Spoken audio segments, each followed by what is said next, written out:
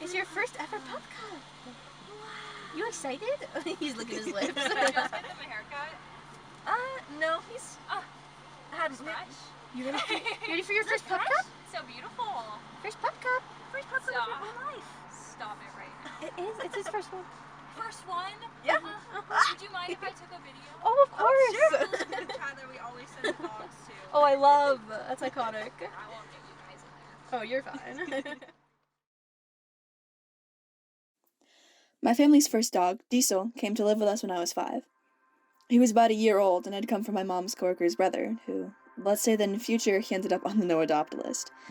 And suddenly there was this big, friendly, eager-to-please, oversized puppy in the house, and he was loved immediately. There was no chance of us giving him back. He was ours forever. He'd had a bit of a hard time living with us for those first years. He'd have accidents inside, or get into the trash can when no one was home. We could never stay mad at him long. He'd stare at us from his kennel with these big, sad, coppery eyes, and we'd always let him out sooner rather than later. And his good behavior far outweighed the bad. He always listened and was always very well behaved, even around other dogs. At the very top of his hierarchy was my sister, who taught him all his tricks, who he followed around all day, who he slept with at night. He wouldn't go on walks without her. When she was home, he wouldn't really listen to anyone else. I was clearly at the bottom of the ranking. When he would lie by the garage door and wait for my sister and my mom to come home, I would go and sit with him. Most of the time, he would literally get up and walk away from me. I don't blame him. I was annoying. After my sister moved out, he'd lived with her for a while. He started getting old with her, stiffer and a little less energetic. But I visited my sister and Diesel a lot, and he never got mean or anything. He was always very kind and gentle with what he did. Like he knew how strong and sharp he could be when he wanted to. He'd never accidentally nip you when taking a treat. He'd only ever bit anyone once, and my sibling deserved it, so... He'd let me hug him like an oversized teddy bear if I was careful and understood to stop once he got sick of me. There were definite changes as he got older. He lived with my mom for a year or so before he died. The vet told us he was arthritic in his legs and that his spine was fusing in his hips. You could tell. He got a little top-heavy. We couldn't walk him very much without making his legs sore and stiff, so they atrophied a little. He took pain medication every day. He spent most of his time sleeping. But he was still so energetic, loved to bother us to play fetch with him, and played with the puppy Finn very graciously when he wasn't too grumpy. When he came to live with my mom, we'd moved to a house that sits in front of a walking path, and he loved to burst out of his door and bark at people walking. There's a trench in the rock in the yard where he would run with Finn back and forth.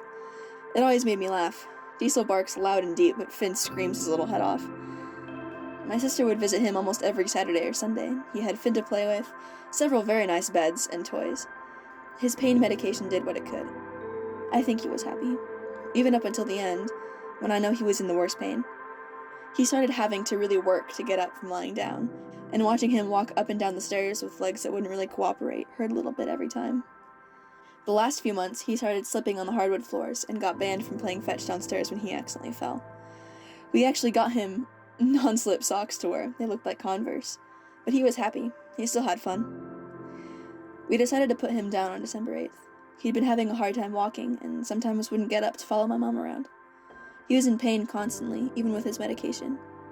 It just wasn't kind to keep him alive anymore. On the 8th, my mom came to pick me up from school early, and when I got in the car, we were both already crying. Usually, every Christmas, the boys would get their own tree advent calendar and gifts and stockings. No one had planned for Diesel declining so fast, so he had some toys in his stocking that he would have gotten to have on Christmas. So before the vet came, we gave him all the treats from the advent calendar and let him have his Christmas toys. I'd never watched anything die before, except for a little bird that had hit a window on my house 2 hard once. I watched it all. It was really peaceful. He slept through it, and I could tell when he did finally die. He just went dead weight and his eyes wouldn't quite close. He was still warm, but it wasn't alive warm. We stayed with him like that for a long time before we let the vet take him away. It was honestly one of the hardest days of my life. I'm always reminded of his absence at home. His giant beds are still out, his dog door is shut and hasn't been opened in months. His stuff is still in the pantry. At the same time, it ensures I don't forget him, though, even though I don't really know how I could. I barely remember a time when he didn't live with us. But even if it makes me sad, I think it's nicer to have his things around.